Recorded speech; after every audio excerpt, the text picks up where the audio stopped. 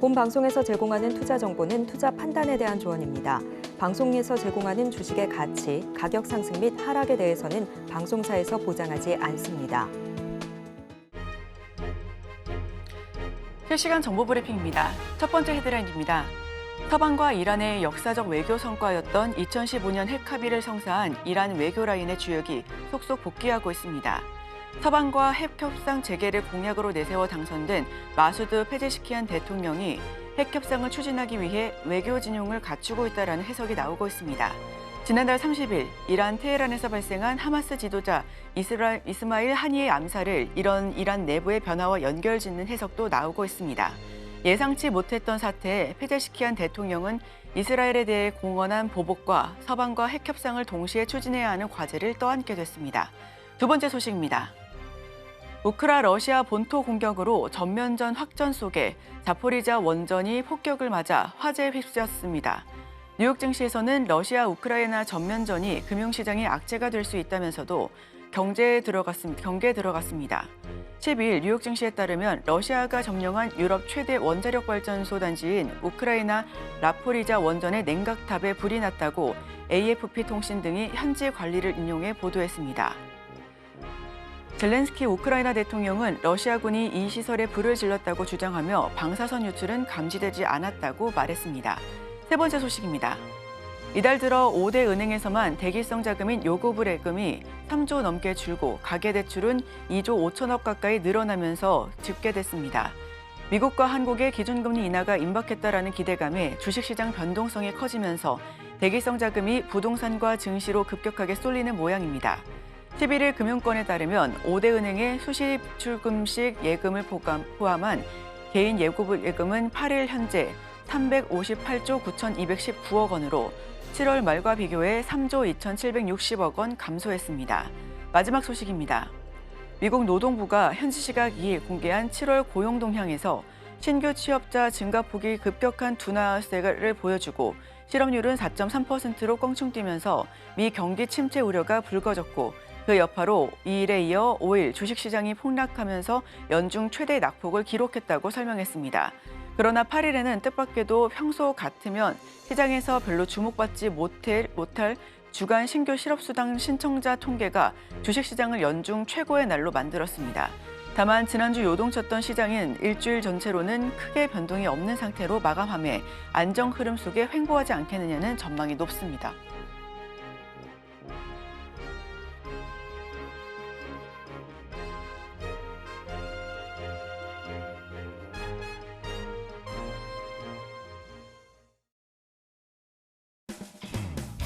여러분의 성공 투자를 응원합니다. 안녕하세요. 증시7 진행의 아나운서 이소연입니다. 간만 미증시 3대 지수 일제히 상승하면서 이틀 연속 상승 흐름을 그려냈습니다. 다만 13일 PPI가 14일에는 현지 시각으로 CPI가 발표가 되기 때문에 변동성에는 여전히 유의가 필요하다는 점 투자 판단에 참고해 주시기 바랍니다. 자, 그럼 더 자세한 소식은 이어지는 외신 브리핑 통해서 전해드리도록 하겠습니다. 월요일의 증시7 지금 바로 출발합니다.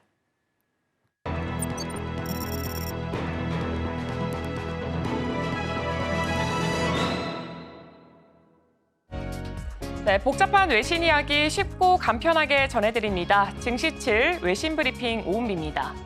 네, 뉴욕 증시가 이틀 연속 소폭 상승하며 상승세를 이어갔습니다. 지난 금요일 뉴욕 증권거래소에서 다우지수는 0.13%, S&P 500 지수는 0.47%, 나스닥 지수는 0.51% 오르며 3대 지수 모두 상승세로 장을 마쳤습니다. 반면에 중소형주가 주를 이루는 러셀 2000 지수는 0.27% 하락 마감했습니다. 월가의 공포지수로 불리는 빅스 지수는 14.38% 하락한 20.37을 기록하면서 지난 5일 급등한 67.73에서 빠르게 안정되고 있습니다. 매그니피센트 7은 엔비디아를 제외하고 모두 상승했습니다. 엔비디아는 0.21% 하락하며 이번 주 2%대 하락률을 기록했습니다. 제약사 일라이리는 비만 치료제 매출이 급증했다는 소식에 목요일 10% 가까이 급등한 데 이어서 금요일도 5% 넘게 뛰었습니다. 이어서 주말 동안 있었던 소식들 전해드리겠습니다. 네, 모기지금리가 이번 주 크게 하락해 1년 만에 최저 수준을 기록했다고 프레디맥이 발표했습니다. 30년 고정금리 모기지의 평균 금리는 지난주 6.73%에서 6.47%로 하락했고 작년 이맘때는 6.96%였습니다. 15년 고정금리 모기지도 5.99%에서 5.63%로 떨어졌습니다. 프레디백의 수석 경제학자는 이번 금리 하락은 고용보고서의 예상보다 낮은 결과와 또 경제가 견조한 기반을 유지하고 있음에도 불구하고 금융시장의 변동성에 과잉 반응해서 발생했다라고 설명을 했습니다. 이번 변화로 재융자 신청 비율도 42%로 증가했고 이는 2022년 3월 이후 최고치입니다. 다음 소식입니다. 미 연준이사 미셸 보먼은 10일에 미국 경제가 여전히 인플레이션 위험에 노출돼 있다고 경고를 하면서 통화정책 조정에 신중해야 한다고 밝혔습니다. 그는 최근 인플레이션 둔화가 긍정적이지만 여전히 연준의 목표인 2%를 초과하고 있다고 지적을 했습니다. 또한 미국의 재정정책, 주택시장 그리고 지정학적 위험이 물가 상승 압력을 가할 수 있다고 언급을 했습니다. 보먼은 금리 인하에 신중해야 한다는 입장을 재확인하면서 인플레이션이 다시 오르면 추가 금리 인상이 필요할 수 있다고 강조를 했습니다. 다음 소식입니다. 미국 최대 라틴계 단체인 라틴 아메리카 시민연맹의 정체활동위원회는 9일에 성명을 통해서 카멀라 해리스 부통령과 팀 월즈 미네소타 주지사를 지지하기로 만장일치로 결정했다고 밝혔습니다. 그들은 해리스 부통령이 정의, 평등, 그리고 포용을 향한 현실을 통해서 라틴계 공동체와 공감대를 형성했다고 평가를 했습니다. 이번 지지선언은 라틴 아메리카 시민연맹이 95년 역사상 처음으로 특정 대선 후보를 지지한 사례로 해리스 부통령이 여론조사에서 트럼프 전 대통령을 앞서고 있는 가운데 이뤄졌습니다. 라틴 아메리카 시민연맹은 주요 경합주에서 라틴계 유권자들을 동원을 해서 해리스 지지 운동을 펼칠 계획입니다. 다음 소식입니다. 중국의 7월 소비자 물가가 예상보다 빠르게 상승하며 전년 대비 0.5% 증가해 5개월 만에 최고치를 기록했다고 국가통계국이 발표했습니다. 주로 식료품 공급에 대한 날씨 영향으로 발생을 했고요. 생산자 물가 하락은 계속 이어져서 경제 전반의 소비 동향이 여전히 부진한 상태입니다. 현재 중국은 국내 수요 부진과 제조업 위축이 경제에 큰 부담으로 작용하고 있고 회복에 어려움을 주고 있습니다. 근원 인플레이션은 0.4% 상승해서 6월에 0.6%보다 낮았고 또 자동차 판매는 4개월 연속 감소하는 등 소비자들의 지출이 둔화되고 있습니다. 주택 경기 침체와 고용 불안, 그리고 지방 정부의 부채 문제는 소비자들이 고가 상품 구매를 기피하게 만드는 주요 요인으로 작용하고 있습니다. 다음 행사입니다. 미국의 반도체 기업 인텔이 실적 악화로 인해서 다음 달 예정이었던 연례 기술 행사 인텔 이노베이션을 2025년으로 연기했습니다. 하지만 소규모 행사와 다른 업계 이벤트에는 참여할 계획이라고 밝혔습니다. 이번 연기 결정은 실적 부진으로 인한 비용 절감 조치로 해석되고 있습니다. 인텔은 2분기 실적이 기대에 못 미쳤고 3분기 실적도 부진할 것으로 예상이 되면서 이에 따라서 100억 달러 규모의 비용 절감과 15%의 직원 감원을 발표를 했습니다. 이로 인해서 주가는 급락을 해서 20달러 이하로 떨어졌습니다. 다음 소식입니다. 대만의 TSMC의 7월 매출이 AI 칩 수요 덕분에 역대 최고치를 기록했습니다. 매출액은 전년 동월 대비 44.7%, 전달 대비 23.6% 증가했습니다. 올해 1월부터 7월까지의 누적 매출액은 전년 대비 30.5% 늘었습니다. 블룸버그는 TSMC의 7월 매출이 기술주 매도세 속에서도 이 AI 칩 수요가 여전히 강력함을 보여준다라고 평가를 했습니다. TSMC는 3분기 매출 전망치를 약 30조 5천억 원에서 31조 6천억 원으로 제시를 했고요. 애널리스트들은 3분기 매출이 전년 대비 37% 증가할 것으로 예상하고 있습니다. TSMC는 엔비디아와 AMD의 칩을 제조하는 주요 업체로 AI 수요를 반영하는 중요한 지표입니다. 또한 애플 아이폰의 프로세서를 공급하는 유일한 업체로서 또 모바일 시장의 수요도 판단을 할 수가 있습니다. TSMC는 3나노, 5나노 반도체 가격을 최대 8% 인상할 계획이고요. 이를 통해서 이익 마진을 높이고 매출 총이익률을 53% 이상으로 유지하려고 합니다. TSMC 주가는 올해 대만과 뉴욕 증시에서 58% 이상 상승을 했습니다. 다음 소식입니다. 미주증권은 엔비디아의 목표 주가를 127.5달러에서 132달러로 상향 조정을 했고요. 이는 현재 주가 대비 25.8%의 상승 여력을 의미하고 있습니다. 또한 엔비디아의 주식에 대해서 아웃퍼폼 등급을 유지를 했습니다.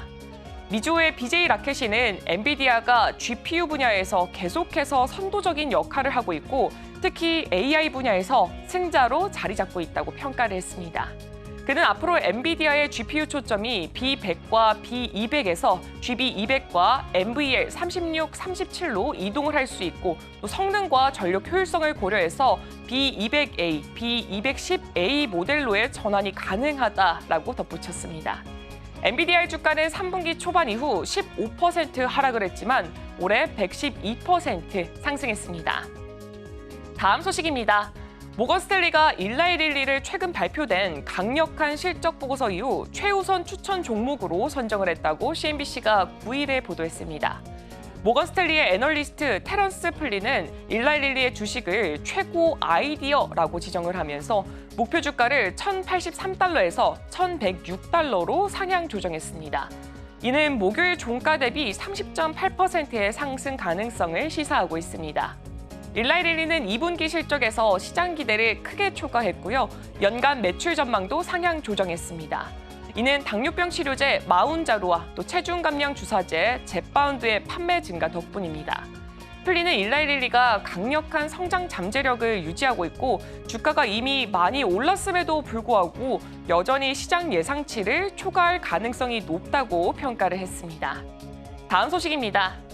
모건스탠리는 바이오 제약 기업 서드하모닉 바이오에 대해서 매우 긍정적인 평가를 내리면서 주가가 80% 이상 상승할 가능성이 있다고 전망을 했습니다.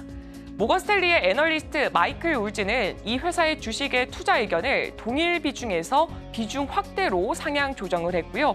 목표 주가를 8달러 인상을 해서 20달러로 설정을 했습니다. 울즈는 서드하모닉 바이오의 이 경구용 WI 키트 억제제 THB355의 긍정적인 실적을 근거로 해서 성공 확률을 23%에서 28%로 상향 조정했습니다. 2025년 1분기에 나올 1단계의 시험 데이터에 대한 기대감도 함께 언급을 했습니다.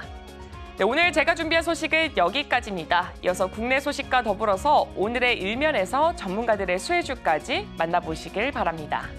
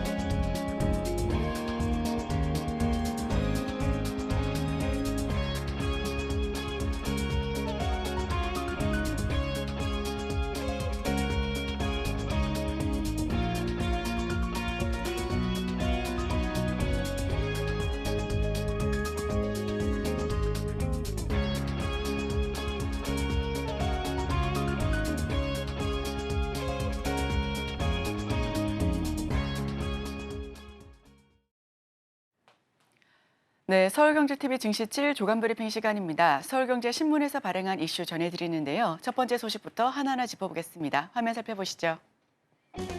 검색, 커머스 고른 성장, 최수연, AI 추익 창출 자신 있다. 첫 번째 소식 네이버 소식으로 들어가 보겠습니다.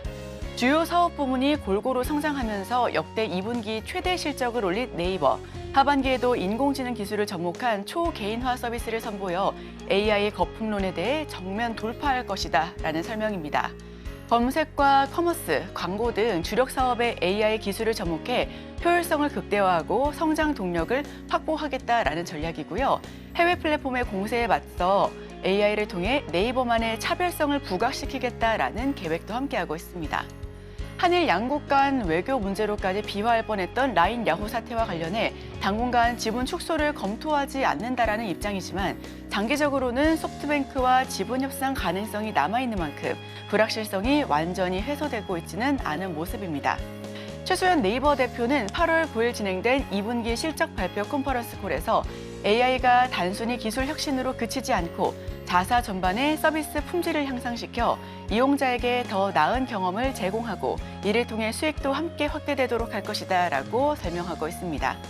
AI를 접목한 대부분의 사업에서 성과가 나타나고 있는 만큼 하반기에는 B2C 분야에서 AI 서비스를 한층 더 강화할 것으로 보여지는데요. 최 대표는 AI로 고도화된 성과형 디스플레이어 광고의 경우 일부 상품에서 전환이 전 분기 대비 23% 상승했다라고 전했습니다. 6월 미국 나스닥에 상장된 네이버 웹툰도 IPO 이후 첫 실적을 발표했는데요. 네이버 웹툰은 2분기에 4,400억 매출을 기록했으며 1,050억 순손실을 발생시켰습니다. 각종 비용 반영으로 영업 손실이 발생하긴 했으나 유료 콘텐츠와 광고 그리고 지적 재산, IP 확장 등을 통해 성장세가 나타난 만큼 AI를 접목해 이용자를 확대해 나갈 것이다 라고 보여집니다. 네이버 2분기 실적 역대 최대로 보여지고 있고요. 영업이익은 4,727억 원으로 26.8% 성장했습니다. 매출 역시 8.4% 증가한 2조 6천억 원으로 집계가 되고 있는데요. 광고 등 AI 접목 사업에서 결실을 맺었다라고 하는 부분까지도 체크해보고 넘어가겠습니다. 두 번째 소식입니다. 외인 이달 3조 순매도했지만 증시 떠나기보단 관망. 네, 수급 동향 한번 살펴보겠습니다. 미국발 경기 침체 공포로 코스피가 급락한 이달 2일 이후 외국인은 총 3조 원을 순매도한 것으로 나타났습니다. 5일 블랙 먼데이 이후 코스피 지수는 2,600선 목전까지 회복했음에도 외국인들은 6거래일 연속 팔자 행진을 이어가고 있고요. 다만 업계에선 외국인들의 이탈은 일시적인 현상이라고 진단했습니다. 올해 상반기 역대 최대 규모로 한국 주식을 쓸어 담은 만큼 변동성이 완화될 때까지 관망세를 보인다는 분석이 나오고 있는데요. 미국발 경기 침체 우려 속에 엔캐리 트레이딩 성산 등으로 아시아 증시가 흔들린 여파에다 국내 밸류업 효과도 약발이 다해간다는 분석입니다. 업계에서는 외국인들이 한국 주식을 팔고 있지만 한국 증시를 완전히 떠나기보다는 일시적인 현상일 수 있다라고 설명하고 있고요. 미국 경기 침체 우려가 일단은 누그러졌고 일본 통화당국이 금리 인상의 속도 조절을 강조한 만큼 향후 경제 지표 등을 살핀 후 외국인 투자자들이 다시 돌아올 수도 있다라는 분석이 잇따라 나오고 있습니다. 아래 공포에 6거래일 연속해서 매도세를 보이고 있습니다. 삼성전자와 SK하이닉스 등 반도체에서 집중적으로 떠나가는 모습이 확인되고 있는데요. 전문가들은 변동성이 완화되면 복귀할 것이다 라는 설명까지도 함께하고 있습니다. 다음 소식입니다. 국내 첫 액화 이산화탄소선 HD 현대미포 건조 본격화. HD 현대미포 본사에서 22,000제곱미터 세제곱미터급 액화 이산화탄소 운반선 착공식을 열었습니다. 이 선박은 지난해 7월부터 올해 1월까지 그리스 회사로부터 수주한 동급의 액화 이산화탄소 운반선 4척 가운데 첫 번째 선박으로 잘 알려져 있는데요. 현재까지 세계에서 발주된 이산화탄소 운반선 중 가장 큰 규모입니다. 얼음바다를 안전하게 항해할 수 있는 내빙 설계 기술이 적용돼 또한 영하 55도와 대기압의 5배에 달하는 저온 고압 환경을 안정적으로 유지할 수 있는 바이로브형 이산화탄소 저장 탱크 3개가 탑재하기도 했습니다. 액화 이산화탄소 외에도 액화 석유가스, 암모니아 등 다양한 액화가스 화물을 운반할 수가 있고요. HD 현대미포는 액화 이산화탄소 운반선 등 차세대 선박 시장에서 경쟁력을 갖춰 해양 모빌리티 분야를 선도하는 솔루션 회사로 거듭나겠다라는 설명까지도 함께하고 있습니다. 2만 세제곱미터급 무선 운반선 착공실을 열었는데요. AMP 등 갖춰서 대기 오염을 최소화해 나가겠다라는 설명까지도 뒷받침되고 있습니다. 다음 소식입니다. 중국산 덤핑 더는 못 참아 중남미 있는 보복관세. 중남미 주요국들이 중국산 저가 제품에 잇따라 보복관세를 부과하거나 관세 인상을 검토하면서 대중국 장벽을 높이고 있습니다. 8일 멕시코 경제부는 중국산 SBS, 즉 스티렌, 부타리텐, 그리고 스티렌 고무 수입에 대한 행정 반덤핑 조사 절차 개시를 선언했는데요. SBS 고무는 열가소성 탄성체로 플라스틱과 고무의 성질을 동시에 지녔습니다. 아스팔트, 도로 포장, 첨가제, 접착제, 신발 제조 등에 주로 활용되고요. 타이어를 만드는 데도 쓰이는 것으로 잘 알려져 있습니다. 브라질은 지난해 중국산 철강 수입이 전년 대비 50% 급증한 반면 국내 생산이 6.5% 감소하는 등 관련 산업이 타격을 입자 올해 들어서 철강 부문의 관세율을 올렸습니다. 칠레도 4월 중국산 철강의 덤핑 방지 목적으로 최대 33.5%의 잠정 관세를 매긴다라고 발표했으며 콜롬비아 철강협회 역시 국내 생산 감소를 이유로 중국산 철강에 부과하는 관세를 기존 5%에서 20에서 25%로 높일 것을 정부 측에 압박을 하고 있고요. 미국 관세 피해에서 밀어내기 수출, 멕시코는 합성고무 반덤핑 조사를 실시하고 있습니다. 철강에 이어 대중 무역 장벽을 강화하겠다라고 하는 목소리가 커지고 있네요.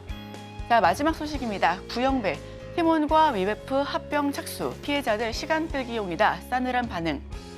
티메프 사태를 촉발한 구명배 큐텐 대표 티몬과 위메프 합병 절차에 본격적으로 착수했습니다. 판매 대금을 받지 못한 셀러들에게 돈이 아닌 주식을 나눠주고 막대한 피해에 대해 비판 속에서도 결국 합병 카드를 단행하고 있는데요.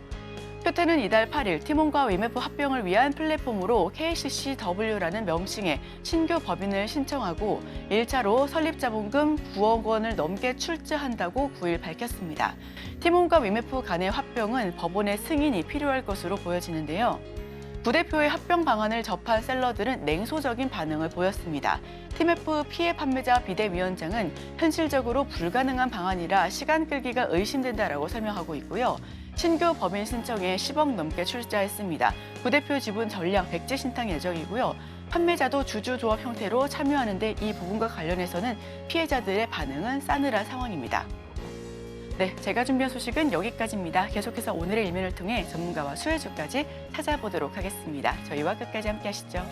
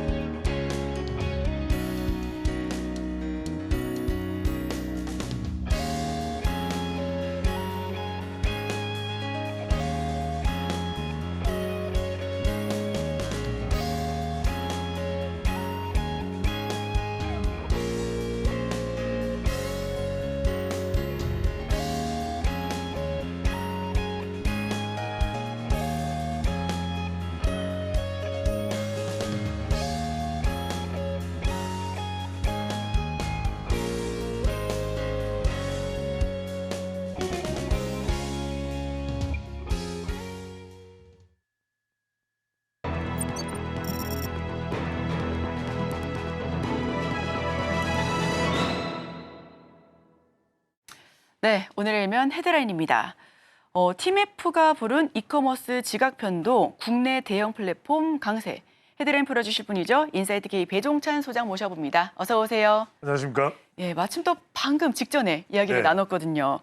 팀F발 이커머스 지각 변동이 감지되고 있는 것으로 보여집니다. 갑작스럽게 합병한다라는 말도 아까 나왔고요. 이 부분과 관련해서 현재 상황부터 짚어주시기 바랍니다. 그렇습니다. 이제 우리가 참 중요한 게 이 소비자들의 인식이 어떠냐 매우 중요할 수밖에 없고 지금 티몬과 위메프, 큐텐이 아무리 또 발버둥을 친다고 해서 소비자 인식이 달라질 수 있을까 쉽지 않을 것 같아요. 한번 떠난 마음은 그만큼 되돌아오기 힘든 것이 비정한 바로 이 시장입니다. 그래서 무엇보다도 중요한 것이 시장을 잘 읽어야 된다는 것인데 그래서 이제 앞으로 우리가 이 커머스 시장은 계속 커질 수밖에 없어요. 그런데 과연 어떤 상황이 벌어지냐. 지금 우리 이커머스 업체도 있고 해외 기업들도 있습니다. 알리도 있고요. 또 테무도 있고 시인도 있고. 자, 이런 상황에서 우리가 어떻게 시장을 읽어야 되는지 오늘 집중적으로 좀 말씀을 드리겠습니다. 우선 팀F의 우수 판매자들이 이제 떠날 수밖에 없다. 아무리 잡으려고 해도 잡기가 힘든 상황이다. 또 이제 기존 플랫폼 간에 어떤 치열한 경쟁이 되고 있는데 중요한 건 그러면은 네이버와 쿠팡이 다 가져가는 것일까? 그렇지는 않다는 겁니다. 그래서 앞으로 이것이 재편은 되는데 어떻게 되는지 여러 가지 상황이 정말 긴박하게 벌어지고 있습니다. 그 부분을 우리가 좀 잘 이해를 할 필요가 있다.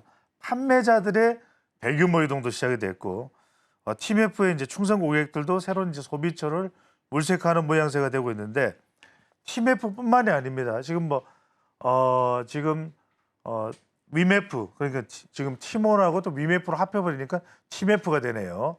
일단 티몬과 위메프 거기다가 또 큐텐의 계열사로 인터파크 커머스도 있죠. 또 하나가 더 있습니다. 뭡니까? AK 플라자까지 있죠. 그러니까 이런 상황 속에서 재편될 수밖에 없는 상황. 지금 이 역직구 영역까지 포함을 하면 입점 판매자가 한 10만 곳 정도. 기존에는 우리가 한 6, 7만 곳 생각했습니다만 그 정도로 숫자가 많다라는 거. 더 될 수도 있습니다. 그러니까 큐텐 계열에서만 판매 활동을 한 업체들도 상당히 있기 때문에 이들이 어디로 가냐가 상당히 중요할 수밖에 없는데 이제 지금 중요한 건 정부의 입장을 잘 봐야 됩니다. 지금 긴급 유동자금거래에서 지금 위메프와 티몬이 만들어낸 지금 파장을 정부가 메꿈을 하고 있는 상태거든요. 근데 가만히 보시면 그동안 뭐가 문제였냐면 이 카드사, 소비자 다음에 카드사, 카드로 결제를 합니다. 그런데 이제 큰 업체나 이런 경우에는 보통 카드사가 직접 거래를 하지만 식당이나 작은 업체는 카드사가 직접 안 해요. 직접 거래가 안 됩니다. 그래서 PG사, 페이먼트 게이트웨이 회사가 결제를 대행을 해주는데 보면은 티몬과 위메프는 이 PG사까지 업어서 판매를 하고 있었던 것이죠. 그러다 보니까 정산기한 한 20일 정도, 2주 정도 가지고 있다가 빨리 판매자한테 돈을 줘야 되는데 계속 가지고 있으면서 자기들의 이 어떤 이익행위를 해왔던 거죠. 그러다 보니까 이 상황 자체가 상당히 문제가 돼서 이제는 정산기한도 준수해라. 또 이 지불할 수 있는 돈도 예치할 수 있는 것을 의무화하는 이런 상황이 될 수밖에 없기 때문에 이제는 이 판도가 재편될 수는 밖에는 없는 그런 상황으로 점점 접어들고 있는 것으로 보입니다. 네, 판도가 점점 재편될 수밖에 없다라는 의견을 주셨습니다. 한동안 네이버와 네이버 광고 관련주들이 상승세 혹은 상한가를 기록하기도 했는데요. 지금 현재 상황은 어떨지 궁금합니다. 자, 이런 상황에서 오늘의 일면 키워드도 살펴봐야겠죠. 어떤 키워드 뽑아볼까요? 그렇습니다. 대형 이커머스가 부상하고 있는데 네이버와 쿠팡을 많이 이야기를 합니다만 저는 일단 롯데쇼핑 이런 관련 업체들을 말씀을 드릴 거예요. 자, 롯데쇼핑 그러면 우리가 당장 생각나는 건 뭡니까? 롯데백화점. 백화점이죠. 백화점이에요. 그런데 사람들이 이제는 날씨도 덥고 또 백화점 가려면 차도 타고 가야 되고 내가 있는 제품이 있는지도 모르겠고 그게 또 싼지도 모르겠고 그래서 점점 소비자들은 눈여기만 할 뿐 이른바 직접 구매하는 것은 온라인이다.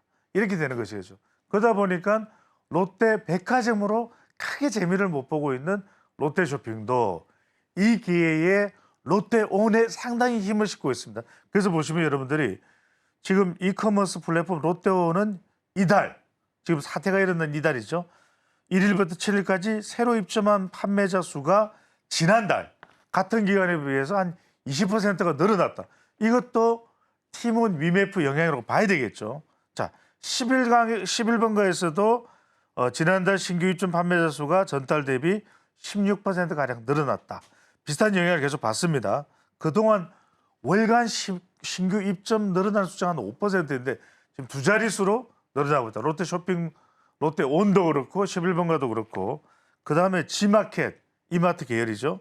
최근 신규 판매자 유입세가 가파른 상태다. 근데 이게 롯데온은 지금 어떻게 하냐면 기회다 이렇게 보고서 판매자가 더 입점할 수밖에 없는 인센티브를 지금 획기적으로 제공하고 있습니다.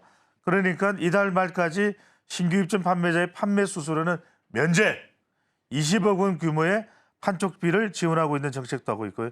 11번가는 첫 입점 판매자에게 판매 수수료 인하, 광고 포인트 지원도 주고 G마켓은 스마일 배송 신규 가입자의 판매자 비용도 지원을 해줍니다. 그러니까 지금 자 여러분들 보시면 티몬과 위메프가 사실상 타격을 받아서 침몰하는 순간에 롯데온, 11번가, G마켓 이따가 이 부분도 더 들어보셔야 됩니다. 그러니까 모바일 빅데이터 기업 이 모바일 인덱스에 따르면 G마켓 옥션의 일일 평균 이용자 수도 지난달 같은 기업이 더 늘어났다. 그러니까 티몬 위메프 사태로 롯데온, 그다음에 11번가, G마켓 이쪽의 숫자가 더 늘어나고 있는데 흥미로운 건요.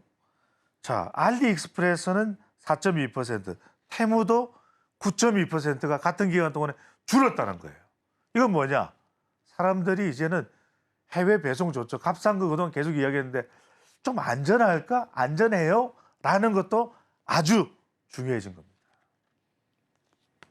네, 일각에서는 이러한 치열한 경쟁이 출혈 경쟁을 넘어서 극한의 경쟁으로 치닫고 있다라는 비판의 목소리, 우려의 목소리가 높아지고 있습니다. 자, 이 부분에 대해서도 어떻게 지켜보실지 굉장히 궁금한데요. 그렇죠. 이게 굉장히 중요한 부분을 이소연님께서 지적을 해주셨는데 그러면 롯데온, 그다음에 11번가, G마켓 괜찮은 건가? 이거 그럼 기회가 왔네? 아니죠. 11번가는 지금 경영권을 매각하는 것을 진행을 하고 있었던 찰나였어요. 그런데 이런 사태가 터지다 보니까 아니 굳이 우리가 이커머스 지금 인수해야 돼? 이런 일이 벌어질 수밖에 없겠죠. 그래서 신선식품 유통기업인 오아시스가 큰 마음 먹고 11번가를 살려고 했던 거예요. 그런데 이번 위메프 티몬 사태, 이걸 줄여서 티메프 사태 이렇게 요새 부르네요. 네. 이커머스 기업 전반에 대한 신뢰도가 떨어지니까 이제는 이거 사야 되나 말아야 되나 매각 가능성이 상당히 또 불투명해졌다. 그다음에 지금 SSG닷컴도 조금 상황이 11번과 유사해졌는데 SSG닷컴도 지금 1조 원대 풋옵션 들어가 있어요. 그래서 특정 가격에 이제 주식을 팔 권리가 풋옵션 아닙니까? 근데 이제 올 연말까지 신규 투자자를 찾아야 되는데 이것도 지금 선뜻 안 나서고 있어요. 그러다 보니까 오히려 지금 티몬 위메프 사태 속에서 11번가와 SSG닷컴은 상당히 좀 주춤하는 그런 상태다. 그렇다고 해서 이제 초저가로 무장하고 있는 알리익스프레스와 테무 쪽도 나을 거냐, 안전하냐 이런 이야기가 또 우리 정부가 어떤 조치가 나오느냐에 따라서 영향을 받을 수 있습니다. 그러다 보니까 이커머스 기업이 시장은 점점 좋아지는데 기업 자체는 워낙 그동안 과다 경쟁, 출혈 경쟁을 하다 보니까 구조조정이 필요한 거 아니냐 이런 이야기가 이제 나오게 되는 거죠. 네, 티메프 사태의 신뢰도가 하락하고 있습니다. 오아시스는 11번가 인수 성사가 불투명해진 것으로 보여지고요.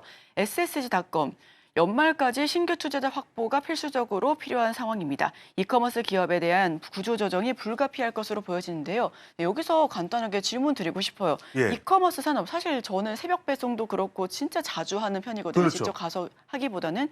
산업 자체의 업황은 어떻게 보실까요? 업황은 좋아요. 그런데 가장 중요한 게 온라인 쇼핑이라는 게 최저가 비교 이런 걸 하다 보니까 조금 더 이제 중국 해외 배송업체까지 이제 직구업체까지 들어와 있죠. 그러다 보니까 과당 경쟁이 되는 거예요. 경쟁이 너무 심하다. 그렇죠. 그래서 티몬과 위메프도 그런 속에서 기업의 이익을 극대화하고 q10에서 구영배 회장이 나스닥에 우리도 쿠팡처럼 좀 상장을 해보자.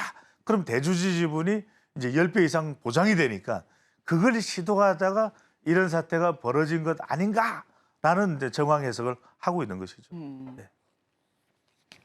네, 그렇다면 이커머스 재편 속에 경쟁력을 탄탄하게 보유한 종목 굉장히 궁금합니다. 어떤 종목 소개해 주실까요? 제가 이제 이런 말씀을 드립니다. 우리가 지금 뭐 AI 반도체가 한때 참 잘 나갔잖아요. 지금 들어와 있는 속보가 뭐냐면 트럼프 재집권을 하게 되면 AI 산업도 미국 중심으로 재편하겠다. AI가 아니라 이제는 아메리카 임팩트다. 이렇게 되는 상황이 오기 때문에 여러분들이 시장을 정말 잘 봐야 됩니다. 이런 속에서 방금 전에 이커머스 시장이 이제는 대기업 쪽인데 지금 SSG도 그렇고 지금 이마트도 그렇고 좀 손절하는 분위기예요. 11번가 SK도 그렇고. 그런데 롯데를 잠깐 생각해 보세요. 지금 롯데는 롯데온의 주식이 사실은 롯데 쇼핑이죠. 근데 롯데 쇼핑이 롯데온을 버릴 수 있어요? 못 버려요. 왜? 롯데백화점이 롯데호텔과 주 기업인데 이걸 롯데온 자체가 온라인 쇼핑인데 이거를 버릴 수는 없단 말이에요. 그러면 이런 상황에서 더 많은 투자를 통해서 시장의 경쟁력을 키워갈 수밖에 없다. 그런 조짐이 보입니다. 자, 롯데쇼핑은 지금 올해 2분기 참 안 좋았어요. 그동안 안 좋았죠. 경기 침체 누가 백화점 갑니까? 더군다나 여의도에 또 더 현대가 생겨버렸죠. 여러 가지로 롯데쇼핑은 어려웠는데 지금 2분기를 보니까 이제 구조조정에 들어간 거예요. 561억 원으로 지난해 같은 기간보다는 8.9%, 9% 가까이 증가를 했습니다. 자, 지난해 4분기부터는 수익성 개선 기조가 잡혀요. 그러니까 안 좋았던 것을 중국 시장도 좀 조정하고 지금 오프라인 매장도 좀 정리하면서 온라인 쪽으로 가고 있다. 온라인은 괜찮아. 그래서 중국 사업 철수 과정에서 손실이 발생했는데 경기 침체 상황도 있었고요. 중국 요인도 있었죠. 상반기 전체 매출을 보면 한 7조 가까이 돼요. 나쁘지가 않아요. 그러니까 매출은 좀 줄었지만 영업이 수익성은 좋아졌다. 이런 걸 보면은 향후 롯데온에 대한 비중은 더 높아질 점인데 이 말씀 드리는 게 롯데쇼핑이 한때는 30만 원 가까이 갔는데 내려올 때까지 내려왔어. 그러면 더 내려갈 때가 있을까라는 상황에서 오히려 시간이 지나면서 롯데온 쪽으로 재편되면 오히려 더 경쟁력을 가져갈 수 있는 기업이 롯데쇼핑일 수 있다. 이런 점에서 여러분들께 소개를 해드리고 요즘 또 눈물의 여왕 때문에 백화점이 난리잖아요. 네. 그다음에 CJ 대한통운입니다. 왜? 자, 이커머스는 파장이 있어도 CJ 대한통운 여러분들 주목하십시오. 배송 안 할 거예요. 배송은 안 할 수가 없잖아요. 배송은 우리가 그냥 훅 던지면 되는 겁니까? 드론으로 보낼 수 있나요? 안 돼. 아직까지는 배송차가 가야 되고 택배 기사님께서 가셔야 돼요. CJ 대한통운은 이 양이 늘어나면 늘어날수록 좋아. 물론 힘들죠. 더운데 택배 기사분들이 배달하려면. 여러분들 이거 차트를 먼저 보여드리면 자, 이것도 마찬가지로 롯데쇼핑하고 비슷한 구조죠. 23만 4천 원까지 갔던 게 지금 9만 8천 원 600원까지 내려왔으면 더 내려갈 때가 있어? 이렇게 이제 된다는 셈에서 참고하고 분석을 해드리는 겁니다. 자, 무슨 말씀이냐? 기술 경쟁력에 기반해서 지금 CJ 대한통운도 규모의 경제를 하고 있고 원래 대한통운이라는 회사가 대한민국의 운송을 싹쓸이 하던 회사였어요. 그걸 이제 CJ가 인수를 했고 한때는 다른 회사가 또 인수를 했었죠. CJ가 인수하면서 기술 경쟁력에 기반한 이제 수주도 확대되고 자, 미국, 인도의 물류 사업도 호조를 보이고 있어요. 그러니까 초국경 전자상거래. 자, 이 부분이 굉장히 중요합니다. 지금부터 잘 들어주세요. 알리, 한국에 들어갔다. 테무, 한국에 상품 들어갔다. 신, 들어갔다. 누가 배송해요? CJ 대한통운. CJ 대한통운. 그래서 여러분 중요합니다. 쿠팡만 아니야. 쿠팡은 자기들이 해. 그런데 지금 알리, 테무, 신, 대한통운이 해줘야 돼요. 그러다 보니까 지금 택배 이커머스 사업 매출이 거의 1조 가까이. 지금 전년 동기보다 2.3% 점점 늘어나요. 점점. 그러니까 알리익스프레스는 조금 전에 말씀하셨죠. 그다음에 패션, 화장품 전문 뭐 이런 이커머스 중심 물량 확대도 계속해서 늘어나고 있죠. 그다음에 이제 최근 치열해지는 게 이제는 어떤 서비스를 강화하냐면은 뭐 번개 배송, 로켓 배송, 뭐 정말 빠른 건 뭐 천리마 배송도 나오겠지. 빠른 건 다 들어가 뭐든지. 이러다 보니까 오히려 배송 쪽은 더 강화될 수밖에 없다. 그 다음에 이제 조금 전에 말씀드린 알리도 말씀드렸는데 그러면 네이버하고 지마켓 11번가 이들은 누가 배송해 줄까요? 네이버. 자체적으로 이제 네이버 대한통운. 11번가 대한통운. 지마켓 대한통운. 그러니까 이게 가만히 보면 지금 쿠팡 정도만 자체 배송 시스템을 가지고 있지 나머지는 지금 치열한 경쟁을 하고 늘어나면 늘어날수록 CJ 대한통운이 더 늘어날 수밖에 없는 구조로 돼 있다는 점도 우리가 CJ 대한통운에 주목을 해볼 필요가 있겠습니다. 네, 초국경 전자상거래 물량 등의 호실적을 기록하고 있고요. 특히나 이커머스 업계 경쟁 반사 효과를 기대해도 좋을 것 같습니다. 오늘 롯데쇼핑과 CJ 대한통운 두 가지 종목 살펴봤으니까요. 우리 시청자 여러분들께서도 반드시 체크하고 넘어가시길 바랍니다. 지금까지 배종찬 소장과 함께했습니다. 오늘 말씀 고맙습니다. 감사합니다.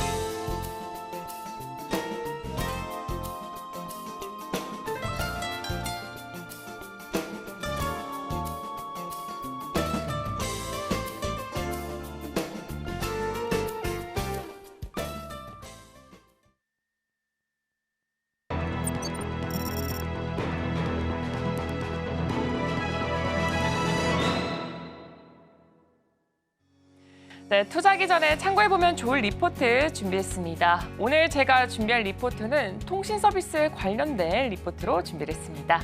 지금 바로 살펴보겠습니다.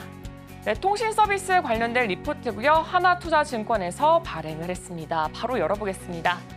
일단 통신 서비스 같은 경우에는 일단 정말 경기에 민감하다 아니면은 경기 방어주로 불린다라고 한 만큼 일단 미국이 현재 금리 인하 가능성을 시사하고 있고 또 우리나라 또한 금리 인하 가능성이 올라가게 되면서 지금 다시 한 번 더 통신 서비스에 대해서 호재든 악재든 하면서 주목을 받고 있습니다. 특히나 미국의 경우 9월 연준이 금리를 0.5%포인트 좀 내릴 가능성이 주말 사이에 나온 결과로는 55%가 된다라고 발표가 됐습니다. 또 이제 통신 주주들 같은 경우에는 경기 관련주로서 조금 이탈 가능성이 높게 평가가 되고 있습니다. 만약에 금리가 내릴 경우에는 경기가 조금 더 안정화가 되고 있을 예정이기 때문에 경기 방어주로서는 매력이 없다라는 판단이 내려지고 있습니다. 금리 인하 같은 경우에는 경기 방어주로서 매수세 약화 가능성이 커지고 있습니다. 네, 만약에 금리가 인하한다면은 통신주 이탈 현상 같은 경우에는 본격화가 되기 어렵다라고 지금 리포트에서는 표현을 하고 있는데요. 왜냐하면은 단순히 금리가 내려간다고 해서 경기 회복 같은 경우에는 불확실한 상황이다라고 표현이 되고 있습니다. 현재 경기 위축 우려 또한 있는데요.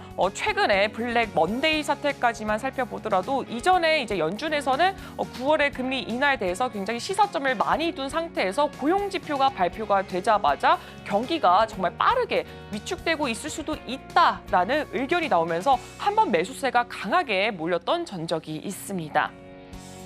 또한 경기 확장 시기에도 통신주는 상승했던 경우가 더러 존재하고 있습니다. 네트워크 진화 시기에 따라서 이제 주가가 크게 상승하는데요. 3G에서 4G로 오면서 4G에서 5G로 오면서 이때마다 주가가 크게 상승세를 띄었던 경험이 있었습니다. 또 올 하반기 같은 경우에는 주파수 공급 로드맵이 공개가 될 텐데 이 이후에 네트워크 진화 기대감 또한 따라주고 있습니다.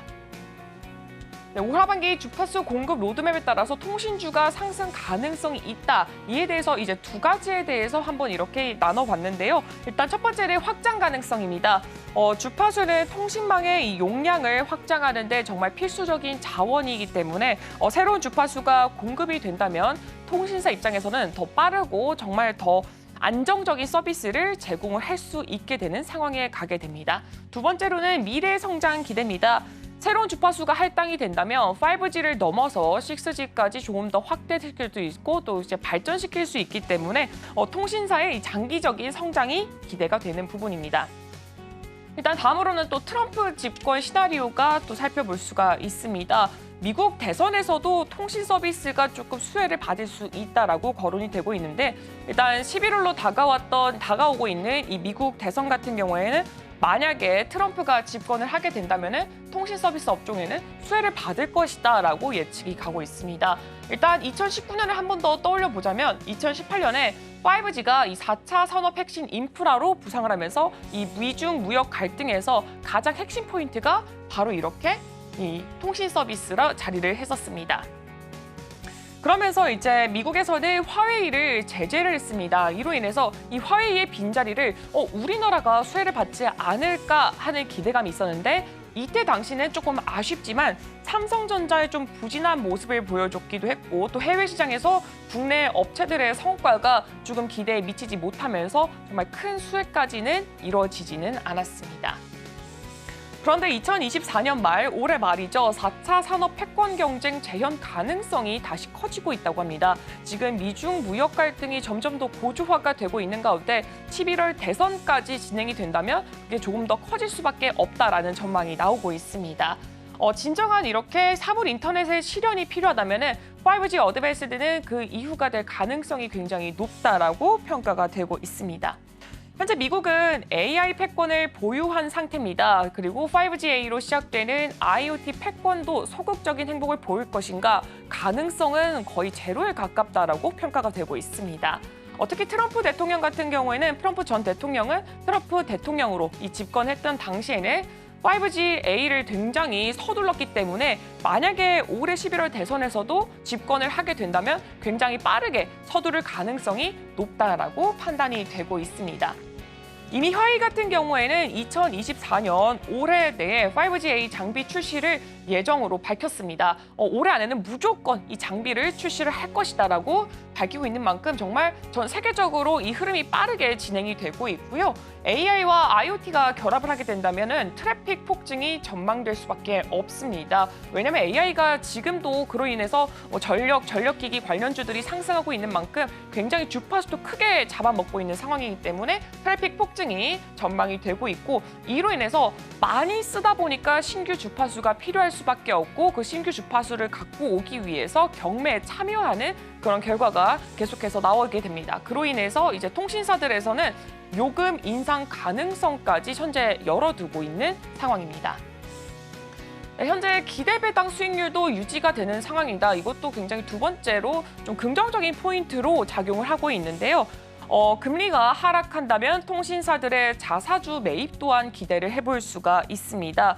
왜냐하면은 자사주 같은 경우에는 매입을 하게 될 경우에는 내가 내 돈을 쓰고 가져오는 거기 때문에 아무래도 금리가 낮을 때 가지고 오는 게 조금 더 좋지 않을까 하면서 이제 회사 입장에서는 자사주 매입을 조금 더 기대를 해볼 수가 있고요. 배당 가능 주식 수가 그로 인해서 적어지게 되면서 배당 유출 감축 전략까지 고려할 수가 있게 됩니다. 지금 이렇게 통신 관련주 같은 경우에는 경기 방어주로 이때까지 조금 더 선보였지만 지금 같은 경우에는 조금 더 미래적으로 발전해 나갈 수 있는 부분 그리고 이렇게 지금 기대 배당 수익률까지 두 가지 포인트를 크게 자리 잡고 있으니까요. 여러분도 투자하실 때 이 부분 한번 꼭 참고해 보시면 좋을 것 같습니다. 오늘 제가 준비한 리포트는 여기까지입니다.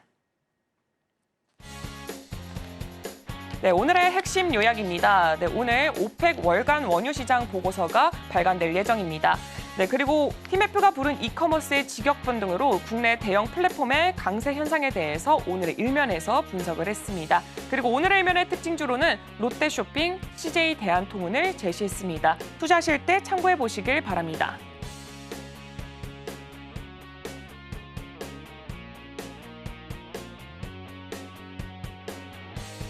네, 저희가 방송에서 제공해드린 정보는 투자 판단에 대한 참고 자료일 뿐 해당 종목의 상승과 하락을 보장하지는 않습니다. 잠시 후 증시 8 서울경제TV 개장 방송이 이어집니다. 더 다양한 인사이트를 가져가실 수가 있으니까요. 끝까지 함께하시길 바랍니다. 오늘 저희가 준비한 소식은 여기까지입니다. 저희는 내일 이 시간에 또 찾아뵙도록 하겠습니다. 함께해 주신 여러분 오늘도 고맙습니다.